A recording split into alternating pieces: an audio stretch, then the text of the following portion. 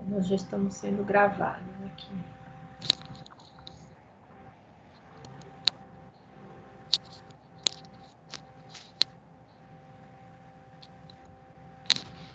Bom, todo mundo está vendo meu PowerPoint? Sim. Sim. Sim. Sim. Opa. Então, hoje nós teremos uma aula que vai se referir à seção 2.1 do livro de vocês, que é o ambiente de trabalho, dando continuidade aí às nossas atividades na psicologia aplicada à saúde. Bom, lá no livro ele fala o seguinte, ele fala a respeito do trabalho vivo e o trabalho real. Vocês já pararam para pensar que a gente idealiza o trabalho da gente? Por exemplo, vocês que serão odontólogos, o que vocês idealizam? Um ambiente de trabalho bom, um ambiente onde você tem, por exemplo, um consultório maravilhoso, enorme, cheio de clientes. Por exemplo, nós da enfermagem, nós vislumbramos, por exemplo, trabalhar num hospital de ponta, trabalhar, para quem gosta da saúde pública, até mesmo vocês, trabalhar, por exemplo, numa UBS de segunda a sexta. Só que, na realidade, o que acaba acontecendo é o que a gente realmente deseja? Não, né? Eles falam, então, que a psicologia fala que o trabalho vivo é o quê? É tudo que o sujeito deve acrescentar às orientações recebidas para atingir os objetivos esperados. Ou seja, é aquilo que a gente idealiza no trabalho, né? O consultório bonito, grande, numa região, por exemplo, da Avenida Paulista, cheia de clientes.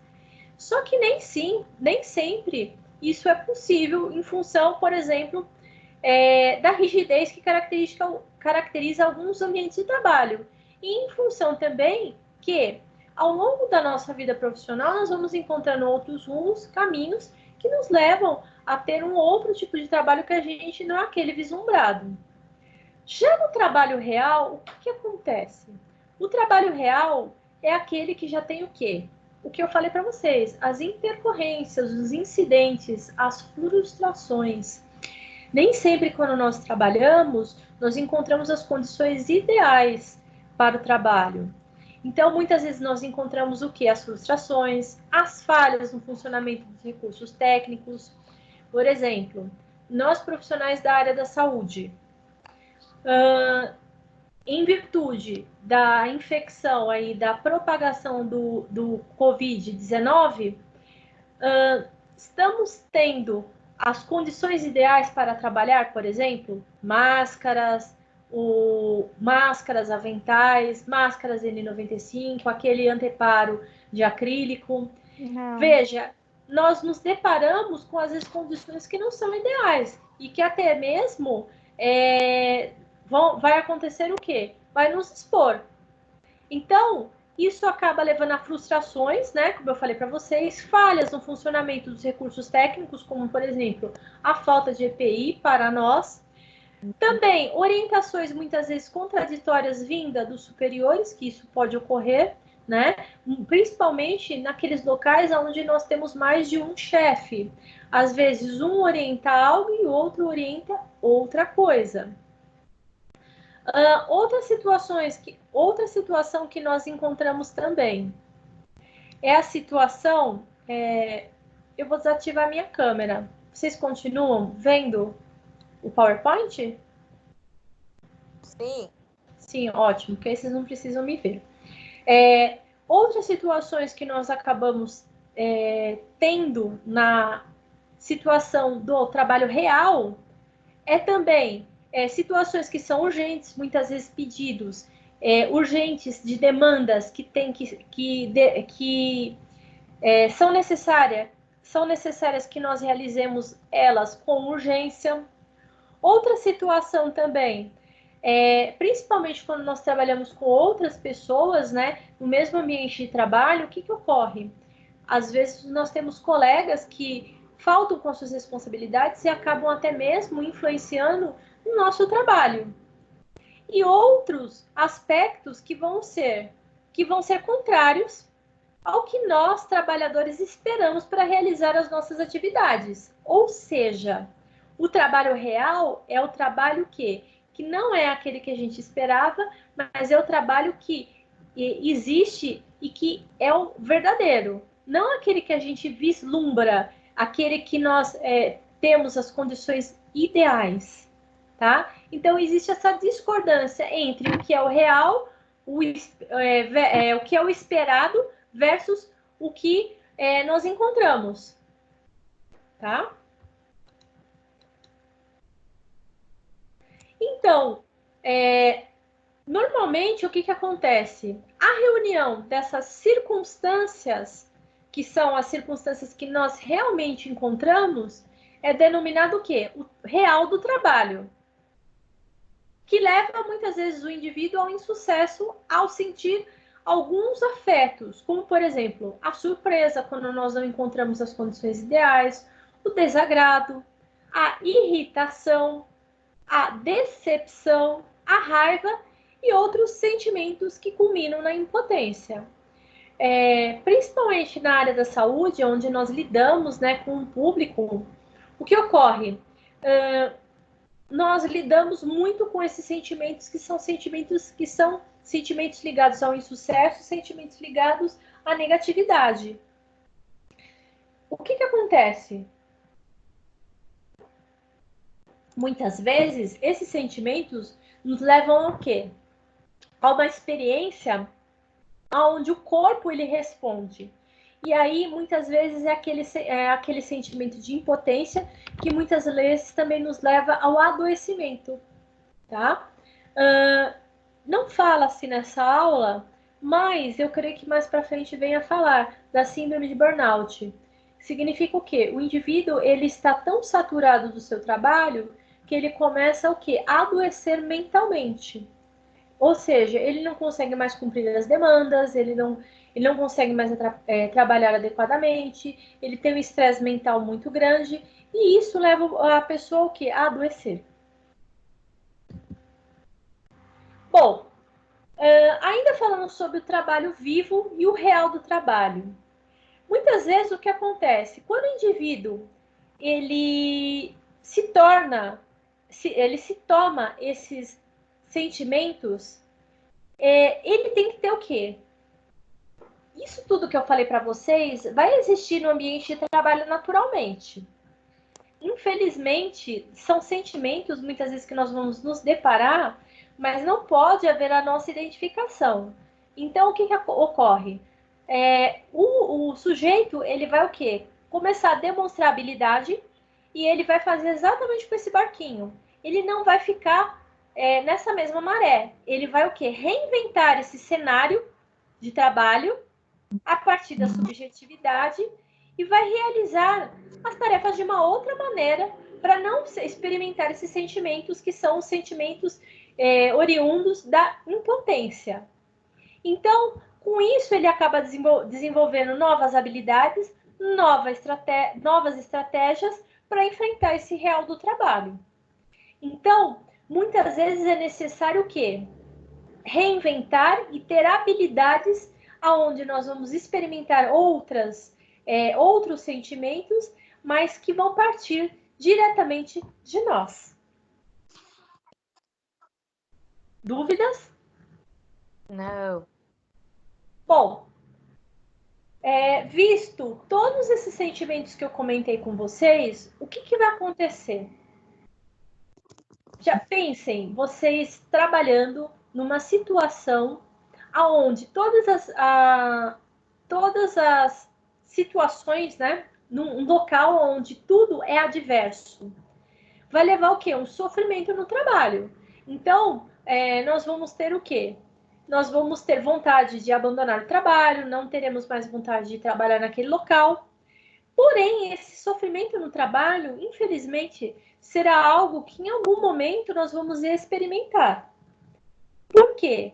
Porque as condições adversas, elas acontecem, elas são habituais, elas são inerentes a toda a experiência do trabalho. Ou seja, todo trabalho é um mar de flores? Não, vai ter situações adversas.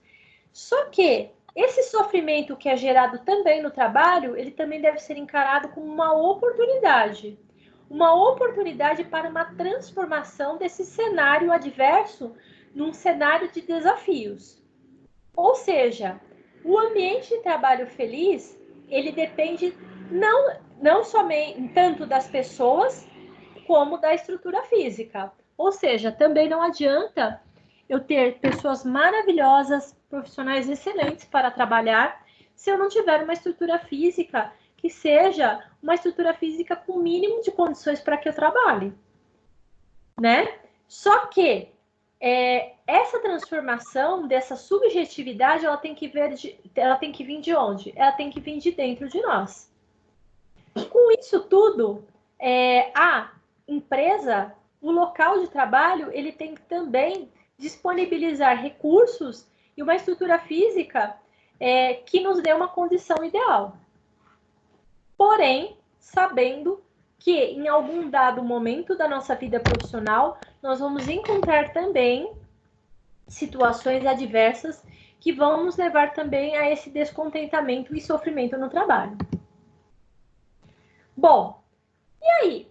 Qual é o objetivo de proporcionar um ambiente de trabalho bom? Vocês já pensaram nisso? Bom, primeiro, se eu disse para vocês que a falta de condições leva ao adoecimento desse indivíduo que está trabalhando, logo, proporcionar um ambiente bom de trabalho, ele vai gerar o quê? Ele vai preservar a saúde do trabalhador. Por quê? Quando eu tenho condições adversas de trabalho, por exemplo, uma sobrecarga de trabalho, uma demanda muito grande, pessoas com uma cobrança elevada sobre nós, o que vai acontecer? Esse indivíduo trabalha cada dia mais descontente e muitas vezes esse indivíduo ele é até mesmo afastado, né? Por quê? Esse ambiente não favorável, ele pode levar, por exemplo, à depressão, a algumas síndromes, que são síndromes de doenças mentais, e esse indivíduo, muitas vezes, o que acontece com ele? Ou até mesmo por estresse, ele é afastado. Quando eu afasto o indivíduo do seu ambiente de trabalho, o que acontece? Também vai gerar mais estresse, porque aqueles que continuam naquele local, eles vão trabalhar, vão fazer também o trabalho de quem? Daqueles que estão no meio, que continuam no meio. Então, a área de gestão de pessoas adota também ações por meio das quais são implantadas melhorias e inovações. Até mesmo nós podemos ver, por exemplo, no ambiente hospitalar, que constantemente são implementadas o quê? As melhorias, exatamente para que você possa preservar esse ambiente do trabalho, não só o ambiente ele se tornar mais favorável ao indivíduo, mas também para que esse ambiente ele seja o quê? Ele preserve a saúde daquele indivíduo que está trabalhando. Tudo isso que eu falei para vocês é denominado o quê? A qualidade de vida no trabalho. Pensem vocês o quanto é bom vocês trabalharem num local onde eu tenho satisfação pessoal versus a satisfação financeira. Esse equilíbrio é que denota a qualidade de vida no trabalho. É o equilíbrio. Por quê?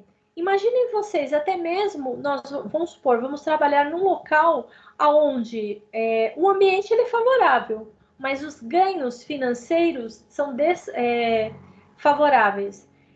Nós não conseguimos suprir as nossas necessidades financeiras com aquele trabalho. Nós vamos continuar a trabalhar naquele local? Possivelmente, aquelas pessoas vão procurar locais onde o ganho financeiro seja melhor. Porém, ao contrário, também é igual. A recíproca também é verdadeira. Ou seja, eu posso também trabalhar num ambiente onde é um ambiente totalmente desfavorável, mas que os ganhos financeiros eles são extremamente favoráveis. Mas mesmo assim, eu vou encontrar satisfação pessoal, nesse caso, que eu mencionei para vocês? Também não. Ou seja, tem que haver um equilíbrio entre as duas partes para que nós tenhamos uma satisfação e uma qualidade de vida no trabalho. Muitos de vocês trabalham? Hein, pessoal? Sim. Sim. Vocês já trabalharam num ambiente, por exemplo, onde você tinha uma compensação financeira legal, até, mas que o ambiente era terrível? Eu já, professora. Trabalhava em hospital. Eu já, pra vocês, professora. Também, trabalhei em hospital. Horrível, nunca mais. eu falo para vocês também que eu já trabalhei em ambiente onde o ganho financeiro era muito bom. Aliás, um salário que provavelmente eu não vou ganhar mais no resto da minha vida. Mas, em compensação, o ambiente, as cobranças eram tão intensas que era melhor não trabalhar lá. O que eu ganhava no final do mês não compensava, muitas vezes, os remédios que eu tomava, por exemplo, de tão doente que eu ficava com, por exemplo, infecção na garganta, sinusite, até mesmo porque quando nós não trabalhamos com satisfação, o que acontece? O nosso sistema imunológico, o nosso corpo responde. O nosso sistema imunológico ele também rebaixa. Então, ele também nos torna suscetíveis a doenças, que muitas vezes não são doenças ocupacionais, mas que acabam nos afastando do ambiente laboral. Tá? Por outro lado, quando eu também não tenho ganho financeiro, também é ruim. Por quê? Porque eu tenho muitas vezes que procurar um segundo emprego para suprir os ganhos que eu não tive naquela empresa, que era até mesmo agradável de trabalhar. Então, é falado que a qualidade de vida no trabalho ela pode ser definida como o quê? Como um conjunto de ações, né, de uma empresa que envolve diagnóstico e implantação de melhorias e inovações gerenciais, ou seja, essa empresa ela propicia também um ambiente favorável ao trabalho, certo? Esse ambiente favorável ele vai gerar o quê? Condições para desenvolvimento desse trabalho pleno, desenvolvimento humano pleno, e também é que eu estou gravando também no celular. Também esse desenvolvimento humano pleno e também a realização adequada desse trabalho. Ou seja, a qualidade de vida no trabalho, ela baseia-se naquele modelo que a gente já discutiu em outras aulas, que é o quê? O modelo biopsicossocial, tá? Onde ele vai ver o ser humano na sua totalidade, ou seja, ele vai ver o ser humano como um ser holístico. Ele não vai ver somente o indivíduo que precisa produzir para aquela empresa, certo? Por exemplo, de um modo geral, nós, na área da saúde, nós não trabalhamos por procedimentos, nós trabalhamos o quê? Por plantões e afins. Vocês na odontologia, quando vocês têm os consultórios de vocês, aí sim, trabalha-se por procedimento. Mas mesmo assim, vamos supor que vocês trabalhem em um consultório que seja de outra pessoa. Vai se visar também o quê? O lucro, obviamente. Mas, se mesmo assim for feito melhorias e criar um ambiente onde ele é favorável tanto no elemento humano quanto no elemento estrutural, vai se ter uma qualidade de vida adequada. Aí eu pergunto para vocês, qual a diferença entre qualidade de vida no trabalho e a qualidade de vida do trabalhador? A qualidade de vida no trabalho são as ações associadas a fatores relativos ao trabalho dos indivíduos. Então, ele vai te dar condições, vai ter pessoas que são pessoas adequadas para trabalharem junto com vocês, colegas de trabalho que são colaborativos. Já a qualidade de vida do trabalhador já vai visar o quê? A qualidade de vida, não só de saúde física, mas como também saúde mental. Ou seja, são ações pontuais promovidas pela organização, auxílio e problemas familiares, palestras, ginástica laboral, entre outros. Ou seja, ela vai visar o trabalhador em si e não o trabalho. Por exemplo, principalmente nas profissões da área da saúde, onde muitas vezes nós acabamos por carregar peso, no caso, ficar muito tempo numa posição só, por exemplo, a ginástica laboral, ela ajuda muito a gente. Outra coisa, mesmo quando nós estamos trabalhando, nós também, embora nós não... Tem um jargão que fala o seguinte, que nós não devemos levar os nossos problemas para o trabalho. Porém, nós, como seres humanos, conseguimos desvincular aquilo que acontece para nós fora do ambiente de trabalho, do ambiente de trabalho? Por exemplo? Não, né? Se você está tendo um problema familiar, isso também não reflete no seu trabalho? Reflete. Se você tem um problema, por exemplo, vamos supor, vocês não estão tendo o rendimento adequado na universidade, isso também vai refletir no trabalho? Vai. Então, tudo isso também é a qualidade de vida do trabalhador. A vida pessoal também, pontos que vão ajudar a manter essa saúde física e mental adequadas. Aí eu pergunto para vocês, e aí, o que essas organizações, né, as empresas, de um modo geral, elas buscam? Bom, elas buscam aprimorar um modelo de trabalho que vai aumentar o quê? Tanto a qualidade de vida do indivíduo, quanto o desenvolvimento do trabalhador, que vai implicar em melhoria do clima organizacional. Ou seja, vão ser 2 pontos que as organizações vão ter que melhorar: a qualidade de vida e também o desenvolvimento do trabalhador. Lembrando que o trabalho é algo legal? É uma coisa boa para o ser humano? Ou é bom viver sem trabalhar?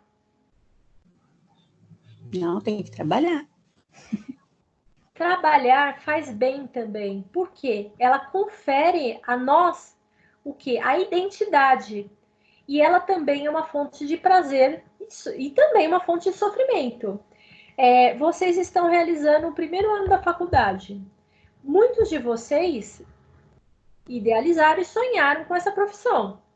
E aí, num dado momento, prestaram vestibular, fizeram prova e fizeram a matrícula na faculdade. Ou seja, esse trabalho, essa profissão que vocês escolheram, ela vai ser também o quê?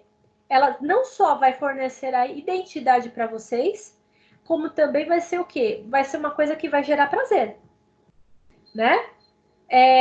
Já perceberam que depois que nós escolhemos uma profissão, nós deixamos, né, a nossa identidade primária para lá. Por quê? Muitas vezes nós somos apontadas como, vou dar um exemplo meu. Ah, a Vanessa, a enfermeira. Ah, a Caroline, por exemplo, a odontóloga. Então, a gente absorve também a identidade que é própria do quê? Da nossa profissão. Outra coisa, a qualidade de vida no trabalho, ela visa o quê? Melhorar esse ambiente, tanto pelas adequações das atividades do trabalhador, como das relações interpessoais. As relações interpessoais, elas são extremamente importantes no nosso trabalho. Por quê? Não somente os ganhos financeiros, mas também as condições, né, de materiais e insumos, mas também a convivência com o outro, com o colega, principalmente aqueles colegas os quais nós dependemos também do trabalho dele para realizarmos o nosso, também vai ser uma forma de melhoria na qualidade de trabalho, da qualidade de vida no trabalho. Ou seja, o ambiente de trabalho, ele tem o quê? Ele é relevante ou irrelevante na vida das pessoas? Ele é extremamente relevante. E ele faz o quê? Ele influencia importantes questões nas organizações, como, por exemplo, a retenção de talentos, êxitos e êxitos das metas, tá? Então, muitas vezes são nos trabalhos, né, nas empresas que nós encontramos pessoas que são extremamente o quê? Eficazes e pessoas com relação às metas e prazos e pessoas que são o quê? Brilhantes, não é? Então, muitas vezes são desse ambiente de trabalho bom que nascem os talentos. Ou seja, o aspecto mais importante no ambiente de trabalho é o que? A cultura organizacional. Por quê? Essa cultura organizacional é que vai reger esse ambiente de trabalho. Se ele vai ser bom também ou vai ser ruim. Com relação à cultura organizacional, o que ela é? Ela é nada mais nada menos do que o conjunto de valores. E esses valores, eles são o quê?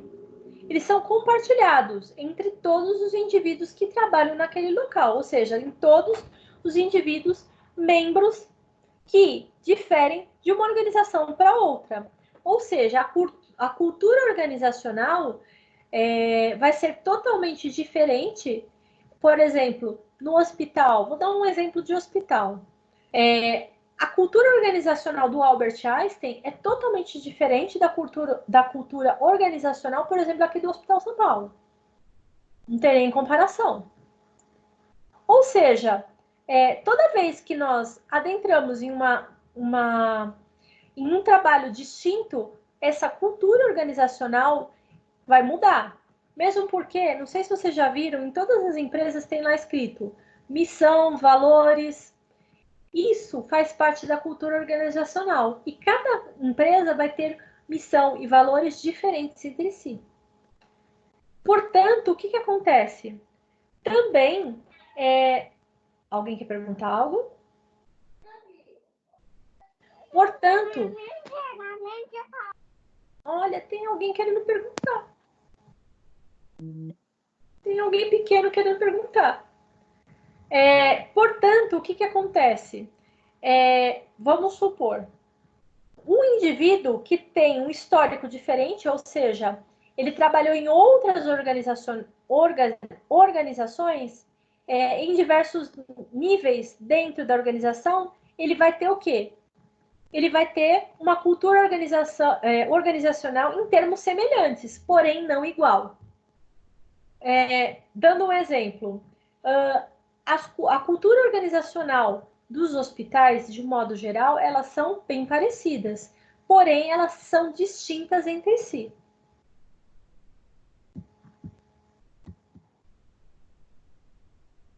E aí, essa cultura organizacional, ela desempenha o quê?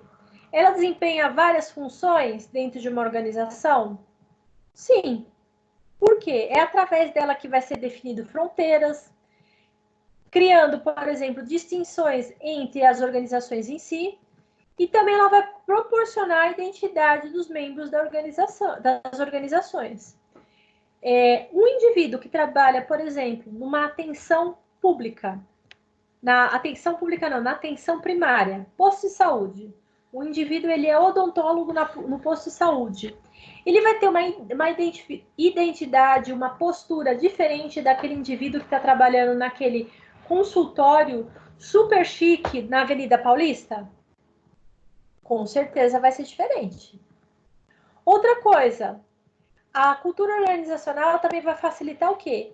O comprometimento com os indivíduos da empresa, embora cada um de nós vai ter uma meta distinta, tá? Mas ele facilita esse comprometimento. Ou seja, dentro de uma empresa, a cultura organizacional vai ser o quê? Que todos nós tenhamos o quê? Um comprometimento. Além disso, vai estimular também a estabilidade do sistema social por meio da conexão entre seus membros. Então, ele vai estimular também essa estabilidade social. Por quê? Porque nós estamos interligados, dentro dessa cultura organizacional. Cada um tem o seu papel distinto ou semelhante também.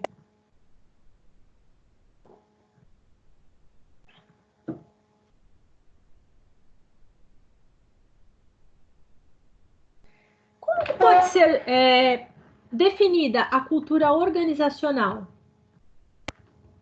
Bom, ela pode ser definida com um conjunto de valores, crenças e mitos compartilhados entre seus membros que compõem a cultura dominante da organização. Lembra que eu falei para vocês no início? Dos valores, da missão. Então, tudo isso vai fazer parte dessa cultura organizacional. Tá? Então, é importante que nós saibamos o que é uma cultura organizacional. Além disso, ainda a gente pode dizer que é um conjunto aí de pressupostos básicos que que um grupo determinado inventou, ou seja, o fundador daquela empresa ele fez o quê? Ele fez uma proposta para que houvessem aqueles valores que ele colocou. Então, é um conjunto de pressupostos básicos inventados por um indivíduo, ou descobertos ou desenvolvidos por ele, e com isso ele aprendeu a lidar com os problemas de adaptação externa e integração interna que funcionaram bem. Ou seja, ele traçou um modelo e esse modelo funcionou bem. Ou seja, ele começa a adotar esse modelo que ele traçou e valida. À medida que ele valida, ele começa a passar para os outros membros mais novos da equipe. A mesma coisa, toda vez que nós entramos dentro de uma nova empresa, o que acontece? Além de nos ensinarem a missão, os valores da empresa, que fazem parte da cultura organizacional, ele também vai passar o quê? As normas e rotinas daquele local, que também são normas e fazem parte da cultura organizacional, que deram certo. Então, você vai seguir aquilo que te foi ensinado. A partir do momento que ele ensinou esses membros novos, isso que foi ensinado vai ser o quê? Com uma forma correta de perceber, sentir e pensar em relação a esses problemas. Então, vai ser um modelo institucional que ele pode ser... que ele vai ser o quê? Demonstrado para aquele indivíduo. Agora eu vou abrir para saber o que vocês acham a respeito disso. Vamos lá. O que vocês acham de tudo isso que eu falei?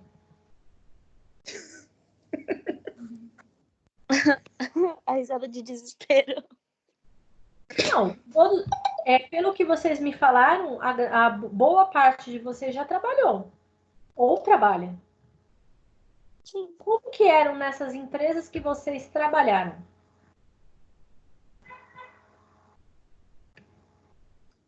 Como? Como que era essa cultura organizacional? Quando vocês chegaram na empresa, alguém treinou vocês? Alguém falou qual era a visão, a missão da empresa, por exemplo? Sim. Sim. Vocês se deram conta que isso é uma linha de raciocínio que todos os indivíduos que estão naquela empresa têm que seguir? É uma norma, tem que seguir, né? Não é nem que é uma norma específica, é algo... a cultura que se implementou, por exemplo, dentro daquela empresa.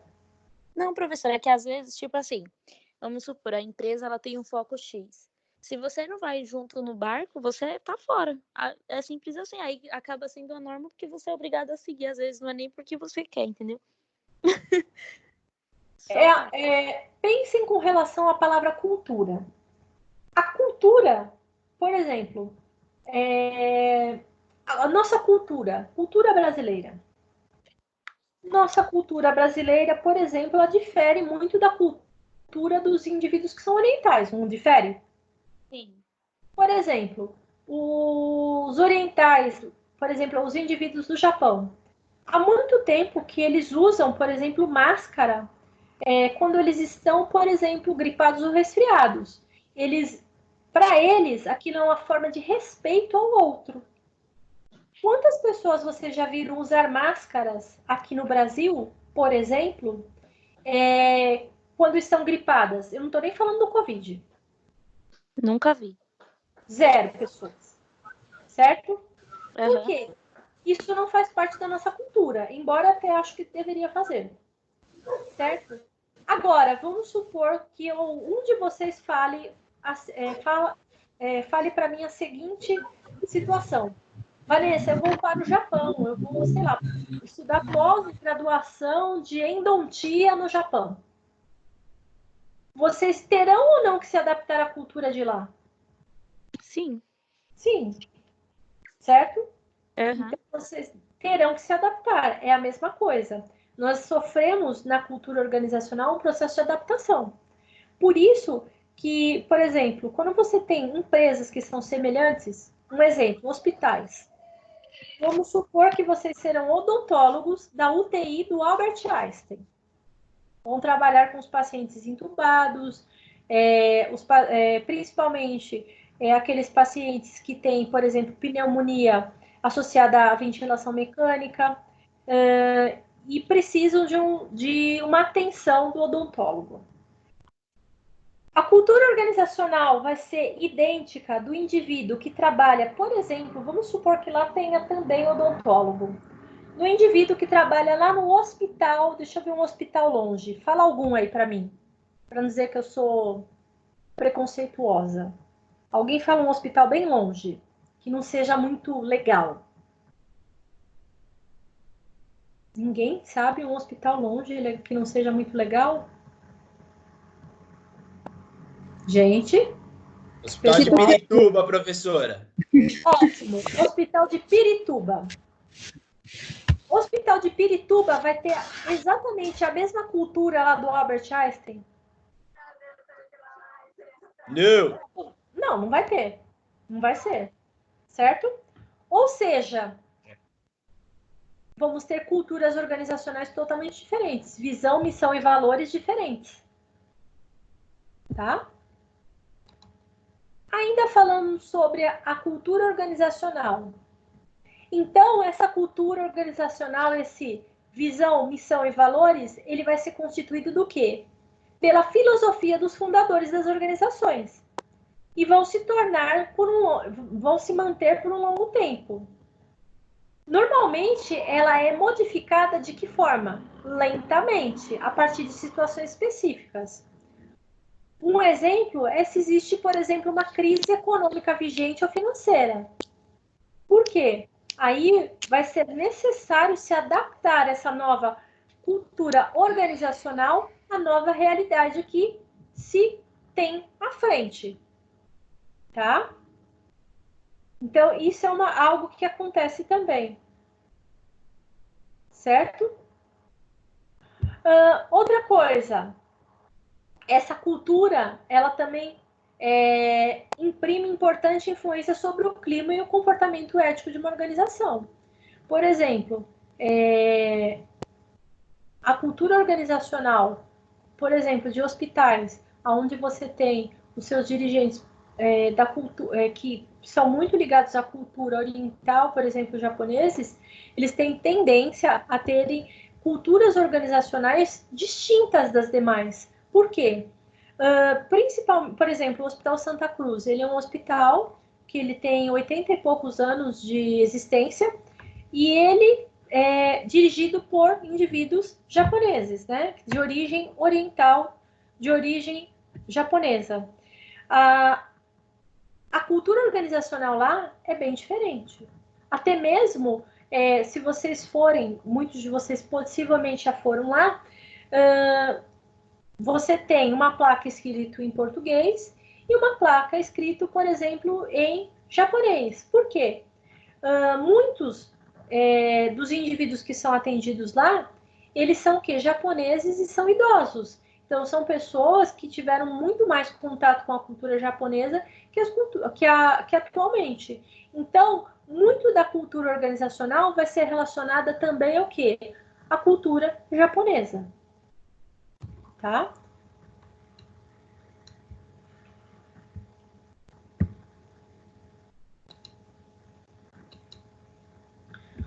coisa, a cultura organizacional, ela vai ter o quê? Uma grande probabilidade de alcançar alto nível ético quando ela também estimula o indivíduo ao quê? Não só a correr riscos, mas principalmente a inovar. Quando você tem uma cultura organizacional que é baseada na ética, você tem o quê? Indivíduos que são o quê? Estimulados. Porém, uma cultura organizacional legal, ela também vai desencorajar o quê? A agressividade e a competitividade exacerbada, porque isso também é ruim. Quando gera essa competição exacerbada entre os mesmos membros daquela equipe. Ou seja, nós temos algumas práticas que vão estimular o quê? A conduta ética. Que práticas que podem ser essas? Mostrar os modelos éticos, comunicar expectativas éticas, oferecer um treinamento também ético, clareza para recompensar atitudes éticas e punir as antiéticas. Isso é uma coisa muito importante. Oferecer proteção para aqueles que reportam transgressões éticas, de modo que não sofram represálias. Ou seja, estimular digamos assim, a compensação do indivíduo em detrimento do quê? Da punição. Então, isso é uma conduta ética também. E aí, para esclarecer tudo isso que eu falei a respeito de ética, o que é ética? Já pararam para pensar o que é ética? O que é ser ético? O que é ser ético para vocês? O que é ser ético? Vamos lá. Vocês, me digam o que é ser ético. Pessoal, o que é ser ético? Ai, para mim, eu acho que é tratar as outras pessoas com respeito dentro de uma sociedade. Sei lá, cumprir as normas, né? Certo, nós temos aí as normas. Ou seja, as normas são a moral. Isso, tipo, é que eu não sei me expressar, mas tipo assim, por exemplo... Não, eu tô só trocando miúdos porque eu vou falar da moral. Pode falar. Pode tipo falar. você seguir coisas básicas, por exemplo, sei lá, ter educação, às vezes até, vamos supor, ninguém vai para uma igreja, por exemplo, com a roupa bem curta. Eu acho que é esse tipo de situação assim que você acaba tendo ética, né? Então vamos lá. Quando eu falo para vocês, o indivíduo ele não vai, por exemplo, dentro da sala de aula mesmo, o indivíduo vai com uma mulher vai com uma sainha curta? Não. E lá não é o lugar da sala curta, da saia curta. Embora ela tenha livre arbítrio para ir do jeito que ela quiser. Mas, de acordo com as normas da sociedade, não é legal ela aparecer daquela forma. Então, toda vez que eu falo dessas regras, elas são o quê? Quando a gente fala da moral. Já a ética, ela é um pouquinho diferente. A ética é uma humana que ela está sob domínio da moral, certo? Ou seja, vamos supor, vamos fazer um exemplo da ética. Vamos supor que eu estou dando uma prova e existe um indivíduo fazendo uma fraude escolar, conhecido por vocês como cola. Se seja algo errado, alguém vai delatar esse colega?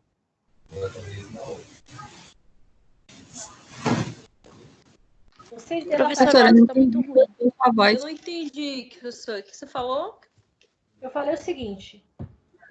Vamos supor que vocês estejam fazendo uma prova. Esteja um indivíduo dentro da sala de aula fazendo uma fraude escolar, conhecida como vocês por cola. Correto. Certo? Colando. Embora seja algo errado, alguém vai delatar esse colega? Não. Agora, é diferente do meu papel como professora. Eu tenho a obrigação de fazer o quê? De reportar esse colega que ele está sendo visto e que ele está agindo com o quê? Com desonestidade e falta de ética. Certo? Ou seja, a ética ela está principalmente ligada à interação humana e ela está sendo regida pelo quê? Pelos domínios das regras. Essas regras definem o imperativo das normas das ações.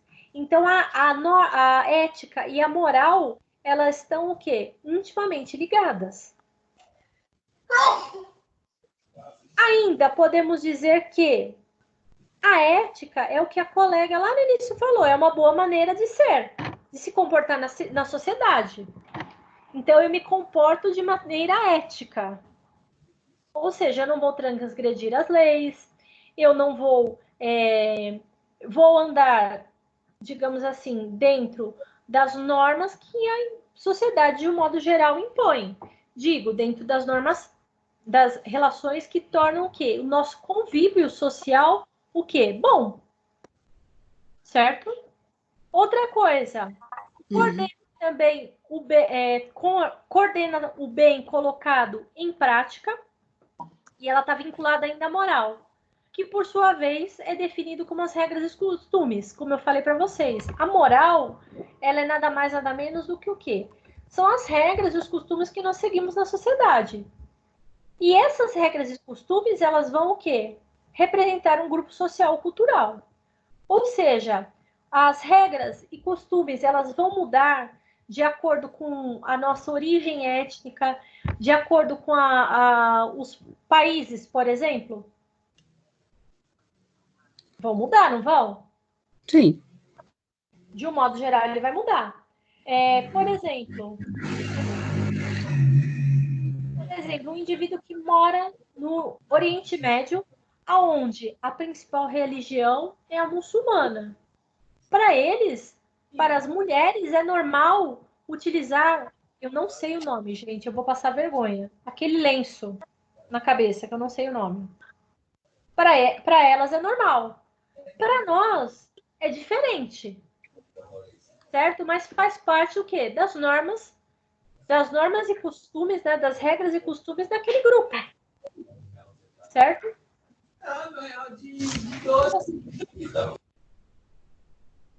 Não sei se vocês chegaram a ver algum dia uma novela no Viva que chama-se O Clone. Lá mostra o conflito de uma das meninas que foi criada, uma delas foi criada na religião muçulmana, por exemplo, e a outra foi criada também na religião muçulmana, mas aqui no Brasil. A diferença de pensamento de uma para outra. Por quê? As regras e costumes daqui são totalmente diferentes das regras e costumes de lá. Bom, a ética ainda ela vai ter o quê? A concepção da ética, ela mudou ao longo da sociedade. Ao longo desses anos, ela foi mudando, certo? Além do que eu falei para vocês, ela é diferente de uma cultura para outra. Aí eu pergunto para vocês, como ela muda de uma cultura para outra, ela está errado isso? Não, ela simplesmente é diferente, tá? Mas ela também vai ter outra medida que constitui também dentro de um contexto biopsicossocial ao longo da vida do indivíduo de uma sociedade. Então, quando eu falo da ética, eu também falo do quê? Dos direitos, das normas, da natureza, dos recursos, dos conhecimentos, tudo isso está englobado. E uma coisa que eu falo para vocês, a ética, ela confere também sentido à vida. Lembra quando eu falei na aula passada, ou em uma das aulas que eu gravei para vocês, a respeito, por exemplo, lá do que o Freud falava a respeito do ego, do superego e do id? Ou seja, quando eu falo para vocês que eu tenho o superego, é ele que não deixa eu fazer coisas que não são permitidas, por exemplo, para a sociedade. É natural andar pelado por aí? Não. Não. Pelo amor de Deus. Não. Ao menos que seja dentro de uma praia de nudismo, onde é permitido, não é natural. Certo? Certo. Ou seja, eu não vou fazer isso. Então, a ética, ela também Quando eu não ando pelado por aí, eu estou o quê? Respeitando as normas e rotinas. E a ética, ela confere também esse sentido à vida. Por quê? Quando eu falo para vocês da ética, eu estou falando que a ética e esse sentido da vida, eles se complementam. Por quê? Eu não vou transgredir a lei ou vou cometer um ato que seja fora do sentido que vai ferir os outros indivíduos. Quando eu falto com a ética, eu estou ferindo também o quê? O direito dos outros. Ou seja, a ética também significa o sentido da vida. E ela também implica na defesa da vida, sobre qualquer outro aspecto, pois sem vida não há ética. Ou seja, também é respeitar o direito do outro. Já ouviram falar num jargão, o meu direito começa quando acaba o seu, ou vice-versa? Né? Ou seja, o sentido da vida está diretamente relacionado também à avaliação subjetiva que acompanha o indivíduo ao longo da sua existência. É que nós não vamos nos aprofundar tanto com relação, por exemplo, à sociabilização das crianças, que é um tema que trata também a psicologia. Mas quando nós temos a sociabilização secundária, que é durante a escola, é aí que nós começamos a aprender a ética, a aprender o que nós podemos fazer perante a sociedade ou não, tá? Nós temos dois tipos de sociabilização. A sociabilização primária, de acordo com a psicologia, a sociabilização primária, que ela que nós aprendemos, né, com os nossos pais e parentes, ou seja, é a sociabilização que a gente aprende com a nossa família. Depois dessa sociabilização, nós temos uma sociabilização que é a secundária. É aquela que nós começamos a aprender a partir do momento que nós começamos a conviver com outros indivíduos externos, principalmente quando nós estamos aonde? Dentro de uma rotina escolar, tá? Então, nós aprendemos o que é certo e o que é errado para a sociedade. Um exemplo, quando nós estamos na escola e somos crianças, nós aprendemos, por exemplo, que colar é errado, tá? E isso é uma questão de ética e de moral também. Bom, e a relação entre a ética e moral a partir da dimensão psicológica? Vamos lá. Essa compreensão da ética, ela é alcançada de que forma? Eu vou responder a seguinte pergunta. Que vida que eu quero viver? Outra coisa para entender o que é moral. Como que eu devo agir? Ou seja, eu devo viver como? De uma maneira que eu não transgrida a lei, que eu respeite o próximo. Como que eu devo agir? Eu devo agir sempre com o quê? Com respeito, com ética. E aí, o sentimento de felicidade de viver bem ou viver uma vida boa equivale à expansão de si próprio. Eu quero viver bem uma vida boa onde eu transgrido a lei e vou ferir o direito do outro. Dessa forma também tem o sentimento constante de estar o quê? De bem-estar, de motivação psicológica, para viver e responder a seguinte pergunta: que vida que eu quero viver?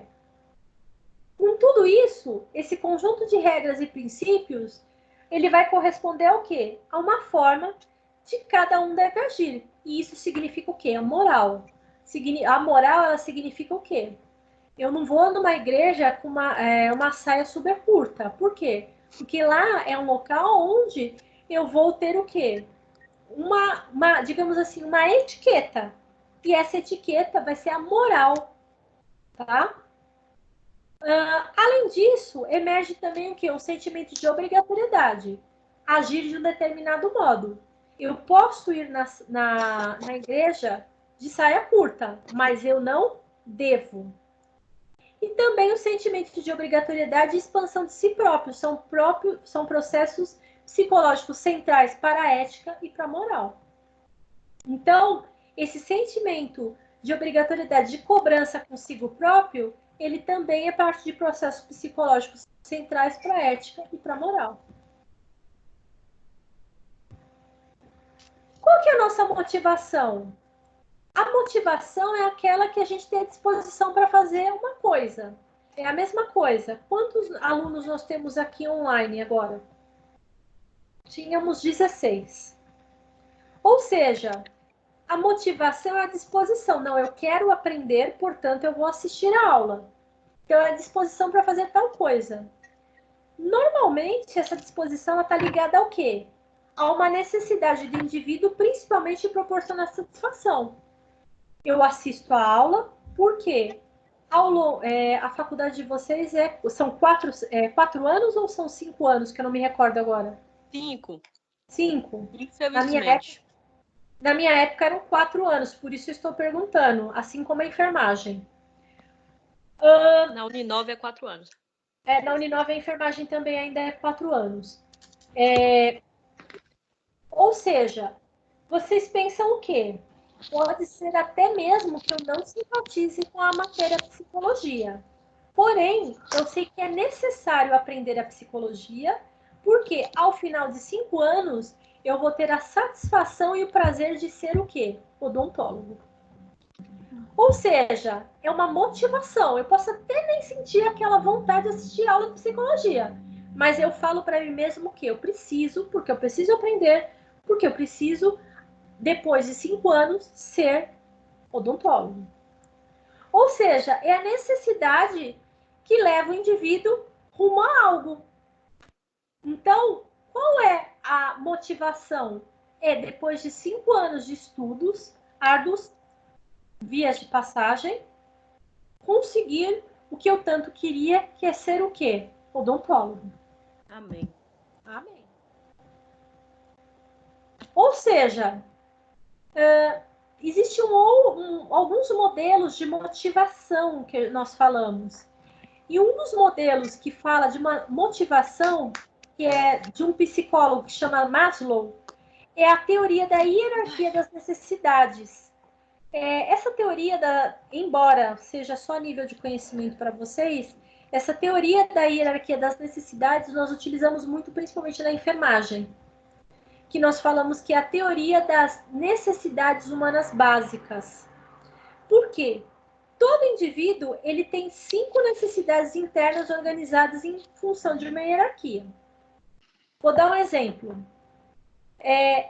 Na base dessa pirâmide, nós temos o quê? As necessidades humanas fisiológicas. Eu creio que a maioria de vocês está aqui assistindo a aula e está relaxado. Por exemplo, se der uma vontade súbita de fazer xixi, de precisar ter uma eliminação aí da diurese, eu consigo assistir a aula bem? Tá com vontade de fazer xixi? Não. Não, vai cagar. Não. Não. Né? Outra situação. Por exemplo, nós não estamos falando tanto aí a respeito das infecções, do agravamento respiratório ligado ao Covid? Um dos agravamentos do Covid é o quê? A insuficiência respiratória, ou seja, o indivíduo ele consegue ficar bem se ele não consegue respirar adequadamente? Não. Depois disso, tudo que é fisiológico, ele é essencial para a sobrevivência humana. Ou seja, sem respirar, não dá para viver. Exemplo, sem comer, se você passar fome, você consegue sobreviver? Claro que não. Tá? Por exemplo, se alguém estiver sentindo muita fome agora, nem consegue assistir a aula direito. Ou seja, tudo isso é essencial. Depois disso, nós passamos para outro patamar nessa pirâmide, que é a necessidade o quê? De segurança, as necessidades sociais, as necessidades de autoestima e de autorrealização. Ou seja, à medida que as necessidades são atendidas, nós passamos para um patamar de necessidades mais elaboradas. Até o momento que eu vou chegar ao topo dessa pirâmide, que eu vou ter o quê? A autorrealização. Então, nós temos o quê? As necessidades humanas fisiológicas, que são as necessidades de sede, fome, sexo e outras mais. As necessidades de segurança, que são aquelas de proteção contra danos físicos e emocionais. A exemplo disso, nós estamos aonde? Dentro da sala de aula ou dentro da casa da gente? Dentro da nossa casa, né? Por quê? Nós temos o quê? Uma necessidade de segurança, principalmente quanto a uma doença que está epidêmica, né? Pandêmica, na verdade. Depois disso, nós temos as necessidades o quê? Sociais, que são aquelas necessidades de afeto, de pertencimento a um grupo, de aceitação dos outros e também de socialização. Não é terrível quando nós chegamos num local e nós não temos afinidade com ninguém? Nós temos que nos sociabilizar também. Outra coisa que é importante, outro patamar, a necessidade de autoestima, que é o quê? O amor próprio, o respeito próprio, o reconhecimento e a atenção. Não é falado que as pessoas com uma baixa autoestima, ela afeta muito o ser humano? E também a necessidade de autorrealização, que depois que eu já atingi tudo isso, eu vou atingir o máximo daquilo que eu quero ser, como crescimento, conquistas e o autodesenvolvimento. Então, preste atenção nisso que eu falei, porque provavelmente isso vai cair na prova. A hierarquia das necessidades do Maslow. Também existem outras motivações e que também são processos básicos, como as necessidades não satisfeitas, a tensão, a vontade e o desejo, o comportamento de busca ou realização, a necessidade satisfeita e a redução da tensão. Então, nós temos esse processo básico da motivação que dá nessa seguinte sequência. Até o momento que eu tenho a necessidade satisfeita e a redução dessa tensão. Ou seja, tudo isso que eu falei para vocês leva uma dinâmica que leva o indivíduo a agir em busca de algo que irá satisfazer as suas necessidades. Ou seja, nós não estamos sempre procurando algo mais a ser satisfeito. Hoje, a necessidade de vocês, principalmente de educação, de satisfação pessoal, é o quê? Tornarem-se o quê? Odontólogos. Quando vocês se formarem, provavelmente muitos de vocês vai fazer o quê? Vai falar, agora eu quero o quê? Agora eu quero ser especialista. Agora eu vou fazer uma especialização. Alguns de vocês farão em ortodontia, outros farão em endodontia, outros em periodontia, outros em outras áreas que eu desconheço, certo? E depois disso, você vai ter uma outra necessidade, por exemplo. Agora vocês vão falar, agora eu me tornarei mestre. Então, vão procurar uma universidade, a Anhanguera, outra universidade, e vão fazer o quê? Um mestrado. E depois disso, o caminho é longo.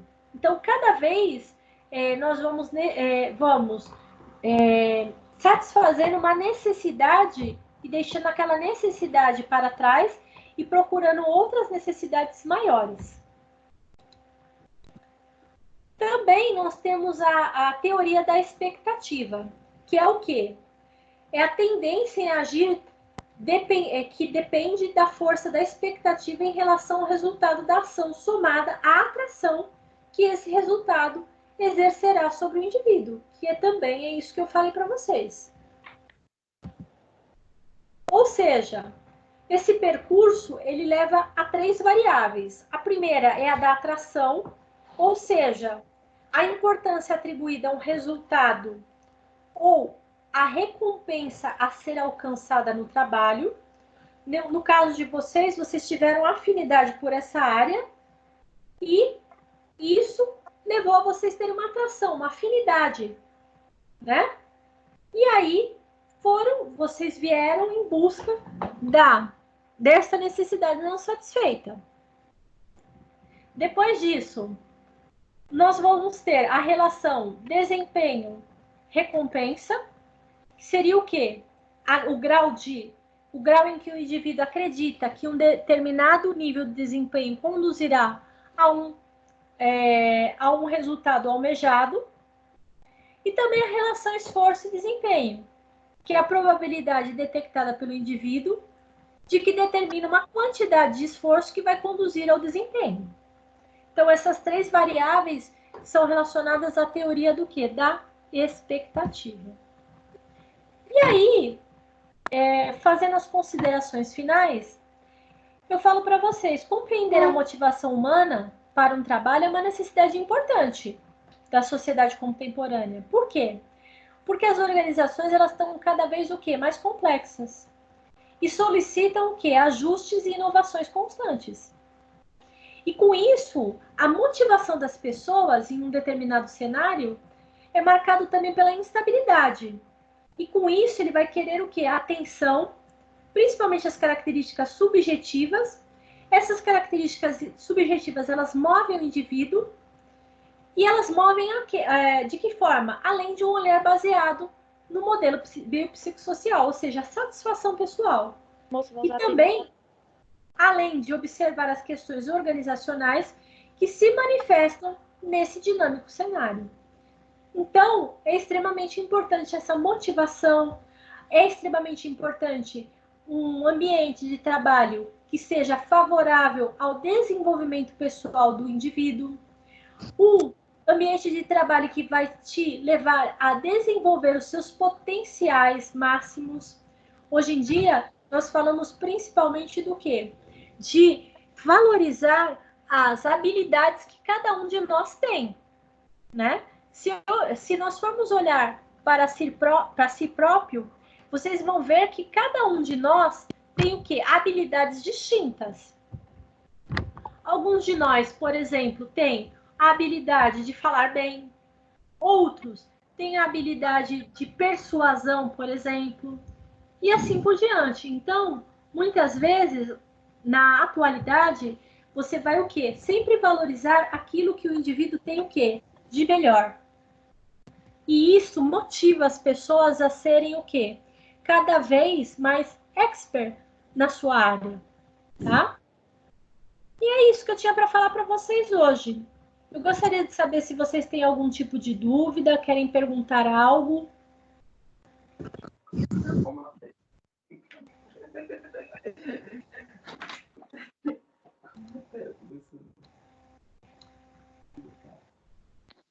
Alguém quer perguntar algo? Não, tá de boa. Pode seguir.